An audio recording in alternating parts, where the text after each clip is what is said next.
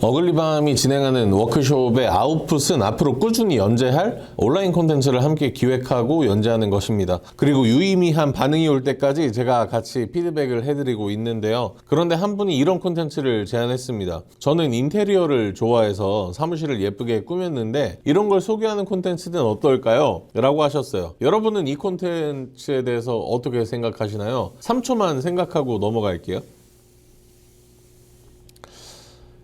저는 이렇게 물어봤습니다. 그 다음은요? 그러니까 답을 하지 못하시더라고요. 제가 오늘 말씀드리고 싶은 주제는 콘텐츠의 연재와 확장입니다. 저는 그분께 이렇게 말씀드렸습니다. 참고로 이분은 이미 비즈니스를 하고 계신 분이어서 채널도 어느 정도 활성화가 되신 분이었어요. 첫 번째, 사무실 인테리어라는 게 대표님 브랜드를 팔로우 하시는 분들이 좋아할 만한 주제인가요? 그리고 두 번째, 사무실 인테리어를 소개한다면 아무리 디테일하게 잡아도 2회에서 3회면 콘텐츠가 종료될 텐데 그 다음은 어떻게 하죠? 라고 물어본 거죠. 첫 번째 질문은 사실 오늘의 주제인 콘텐츠의 연재와 확장에 대한 이야기가 아니라 브랜딩 그 자체에 대한 이야기가 되는 거죠. 어떻게 보면 타겟과도 관련이 있을 겁니다. 대부분 짬뽕이 맛있다고 해서 막 줄 서서 유명한 집에 들어갔는데 굳이 짜장면을 시키진 않을 거예요. 물론 짜장면 시키는 분 있을 겁니다. 그런데 굉장히 소수겠죠. 마찬가지로 물론 이 채널에 사무실 인테리어 관심 있는 분이 계실 겁니다. 올려도 보실 거고요. 그런데 굉장히 소수일 겁니다. 제가 팔리는 거를 만들자고 말씀드렸으니까 만약 이 채널의 구독자 혹은 팔로워들이 사무실 인테리어에 관심이 없는 사람이라고 판단이 되면 그 콘텐츠는 제작도에서는 안 되는 거죠. 두 번째 질문은 오늘 주제에 대한 이야기입니다. 만약 이 채널의 구독자나 팔로워분들이 사무실 인테리어에 관심 있는 사람들이에요. 실제로 그렇게 쳐보는 거예요. 그러면 우리 사무실이 아무리 커봤자 2회에서 3회 연재하고 끝난단 말이죠. 그 다음은 어떤 거 연재하실 거예요? 제가 제안드리는 방법은 이렇습니다. 제 사무실이 끝났다. 그렇다면 제 동료의 사무실을 찾아갑니다. 소개할 점을 콘텐츠로 만들고요. 그럼 마치 예술가의 브랜딩처럼 크리에이터의 사무실이라는 콘텐츠를 다양한 공간으로 연재를 할 수가 있겠네요. 다음은 이 사무실, 또 다음은 저 사무실. 그럼 이제는 사무실이 아니라 작업 공간, 작업실 혹은 책상, 디지털 노마드라면 어떤 카페에서 아니면 어떤 공간에서 어떤 공유 오피스에서 어떻게 일을 하는지도 궁금해질 것 같아요. 그러니까 일을 하는 방식이나 공간이나 장소에 대한 것으로 콘텐츠가 확장이 되는 거고요. 만약에 이 콘텐츠가 유명해진다면 데스크테리어 용품이나 공유 오피스 등에서 광고가 들어올 수도 있겠네요. 콘텐츠는 이렇게 연재와 확장을 반복해서 적용을 하셔야 됩니다. 어글리밤이 운영하는 카페인 런디스타운의 레퍼런스 북이나 사용된 가구, 인테리어, 소품, 조명, 그리고 커피 그라인더 머신들까지 실제로 제가 PD님이랑 촬영했을 때 딱 3회 정도 나온 것 같아요. 그죠? 그 다음에 제가 한 건 이런 거예요. 여기 공간을 소개하는 건 이제 끝났으니까 우리가 가지고 있는 가치를 예술가의 비즈니스나 예술가의 브랜딩으로 녹여내서 전달을 하고 있는 중이고요. 런디스타운 인스타그램에는 해시태그 런디스타운을 좋아한다면 이라고 써놓고 다른 공간들을 소개합니다. 우리 카페 계정의 다른 공간을 소개하는데 왜 그러냐? 런디스타운은 단순한 카페가 아니라 어떤 메시지를 가지고 있는 브랜드야. 그런데 여러분들이 우리를 좋아한다면 아마 이 공간도 좋아할 거예요 라고 소개를 하고 추천을 하는 거죠. 오히려 그럴수록 우리 브랜드의 메시지가 더욱 강화가 되는 효과를 얻을 수가 있습니다. 예술가의 비즈니스 시리즈를 같이 생각해 볼게요. 이건 10회짜리 기획이었습니다. 끝이 분명히 있죠. 그런데 제가 아까 계속 연재하라고 했는데 왜 끝을 냈냐? 연재는 끝났어요. 하지만 예술가의 브랜딩으로 콘텐츠가 레벨업이 되었습니다. 확장이 된 거죠. 이 예술가의 브랜딩은 7회짜리 기획입니다. 오늘이 마지막이에요. 그럼 또 연재가 끝났습니다. 그럼 이미 제 채널은 예술가, 크리에이터, 기획자, 사업가 등등의 직업군, 그리고 인디펜던트, 브랜딩, 비즈니스 등등의 키워드를 좋아하시는 분들이 모여 계실 거예요. 그럼 저는 무슨 이야기를 할 수 있을까? 자, 예술가의 비즈니스에서 언급했던 레퍼런스라는 걸 사용해서 고민을 한번 해보는 겁니다. 제가 평소에 좋아하는 이동진 평론가님 많이 이야기를 했었는데요. 이동진의 파이아키아라는 채널을 한번 살펴볼까 합니다. 일단 우리가 이동진이라는 사람을 좋아하는 이유는 그의 지적인 매력 때문일 가능성이 큽니다. 그런데 이동진님이 갑자기 이 채널에서 게임을 한다거나 아니면 야외에서 액티비티를 즐긴다거나 여행을 가서 먹방을 한다면 조금 이상하겠죠. 물론 팬심으로 저는 다 보겠지만 이 채널은 영화평론가라는 이동진님의 직업 덕분에 영화 이야기가 주된 콘텐츠지만 종종 책에 대한 이야기도 합니다. 그런데 우리는 왜 영화 채널에서 책 이야기를 하냐고 되묻지 않아요. 왜냐하면 이동진 평론가님이 평소에 책 이야기를 많이 하기도 하고 영화에 대한 매력이라기보다 지적인 매력 덕분에 이동진 평론가님을 좋아하는 것이기 때문입니다.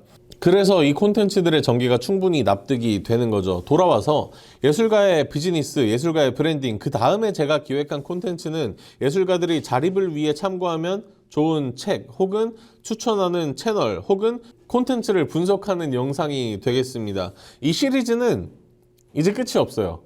무한으로 연재를 할 수가 있어요. 10회, 7회 이렇게 끊어지지 않고 책과 영화와 SNS는 하루에도 몇 개씩 나올 테니까요. 플레이리스트라는 콘텐츠에는 사실 변화가 많이 없을 것 같습니다. 하지만 그 안에서의 새로운 변화와 확장도 당연히 가능하겠죠. 일단 여러분이 플레이리스트 채널을 기획한다면 어떤 기획을 하시겠어요? 재생바를 잠시 멈추고 생각해 보셔도 좋습니다. 저의 대답은요, 어글리밤의 카드뉴스 콘텐츠에서도 소개한 리플레이님으로 대신 하겠습니다. 플레이리스트는 선곡한 음악들의 나열이라고 생각할 수도 있겠지만 이 채널에서 보여주는 기획은 이렇습니다. 첫 번째, 일반적인 플레이리스트인데요. 리플레이님은 상황을 뾰족하게, 제가 좋아하는 말로는 엣지 있게 설정할수록 몰입감이 좋다라고 말씀을 하셨습니다. 두 번째로 아티스트 시리즈인데요. 썸네일에 뮤지션의 이름을 크게 박아놓고 그 뮤지션에 대한 음악을 틀어놓습니다. 세 번째, 오래도록 고맙도록이라는 제목의 연말 결산 플레이리스트인데요. 한 해 올린 플레이리스트에 첫 곡을 모아서 만든 플레이리스트라고 합니다. 이게 3년이 넘어가니까 지난 시간에 말한 이 채널의 문화가 되어버린 거죠. 모베러웍스의 501 워크숍처럼. 네 번째, 광고인데요. 광고도 기획된 것이냐라고 할 수 있겠지만 이 채널에서는 기획 콘텐츠의 일부로 받아들여지고 있습니다. 다섯 번째, 약 한 달 전에 새롭게 아티스트 이름 대신 망원이라는 키워드가 크게 적힌 썸네일이 떴어요. 설명을 읽어보니까 마포구의 로컬 큐레이터 도보 마포님과 망원, 홍대, 연남, 공덕 등 각 동네의 분위기를 담은 음악과 공간, 사진을 소개한다는 설명글이 있었어요. 그런데 이게 광고일 수도 있고 그냥 단순하게 협업 콘텐츠일 수도 있어요. 두 분 다 마포구에 거주하시니까. 그런데 동네 이름을 크게 박은 로컬 시리즈라고 이걸 한다면 도보마포님과의 콜라보레이션으로 끝나진 않을 것 같다라는 것이 저의 추측입니다. 제가 마케팅이라는 걸 배우면서 하나 추천받은 채널이 있어요. 생활코딩이라는 채널인데요. 구독자가 34.6만 명입니다. 크죠? 그런데 첫 영상 올린 게 12년 전이에요. 그리고 영상 개수가 4,300개입니다. 그리고 또 하나 알게 된 이번에는 사람 료님인데요. 제가 알기로는 런던 베이글 뮤지엄이 엄청난 히트를 치면서 알려지신 분 같아요. 물론 그전에도 당연히 유명하셨겠지만 이분의 인스타그램 게시물은 7,500개입니다. 7,500개.